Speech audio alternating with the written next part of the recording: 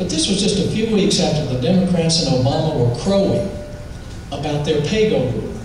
They passed this pay-go that everything they put on the floor they were going to pay for. And since then, we had passed about 3 spending bills, and every time the first vote is to waive the pay-go rule. And Jim Bunning, if you don't know him, is a Hall of Fame pitcher, is about as mean as you can get. But he's good to have on your side sometimes. But he just said, this is crazy. I'm not going to give you unanimous consent. We could easily pay for this $10 billion and cut out some ridiculous tax credit or take it out of the stimulus. Let's just pay for it. And they said no. And they thought they could break him, embarrass him over the weekend. And he did get a lot of pressure. But he made an important point.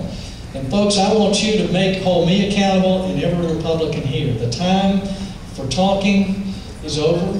The time for acting and voting the right way and standing up for principle is right now. And this is our year.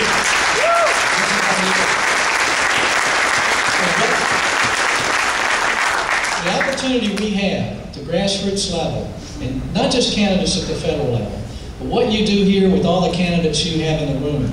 I know you'll have some primaries and those will be difficult. You have to take your sides, help your candidate when the primary's over. We're all on the same team. But let's make sure we demonstrate to the country that those who believe in those core common sense conservative principles, they can win the state house in Florida, the state senate, they can win the U.S. Senate seat in the Senate, and we're going to show that we can do that in Pennsylvania and maybe even in California and places folks haven't even imagined. How sweet it would be to send Barbara Boxer home.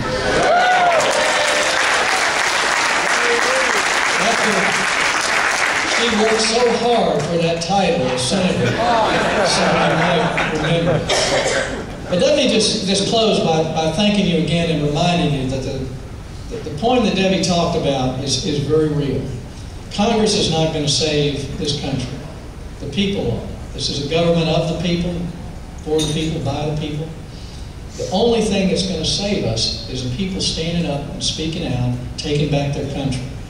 And that's what we see. And we're in the middle of an American awakening. I hadn't seen anything like it since I've been along, of a people who realize that if they don't take back their country, they can lose it. And we're not going to do that. Because instinctively, somehow, Americans know that we are different and unique. And we are the bastion of freedom for the world. We cannot tell our children that we gave all of that up for something as simple as an earmark, or we had to have more spending. That is not going to be an excuse to my grandchildren. I know it won't be to yours. The key is in your hands. The freedom of our country is in your hands. But the good news is there are millions of you, and there are only 100 people in the Senate. And we can change that. And I have seen time and time again on issues where someone was taking a stand on the wrong side, and they heard from their constituents through emails and phone calls, or people showing up at their local offices back home, and they had a change of heart because they want to get reelected. This is our year. America's on our side. If Republicans embrace what's happening in America, we will be a very big tent party. We will be a party that shows this whole country that what made this country great is still in the hearts and minds of the American people, and it will help us rebuild our country and give a better country to our children and grandchildren. And I thank you for being a part of it, because this is our year. Thank you, Republicans.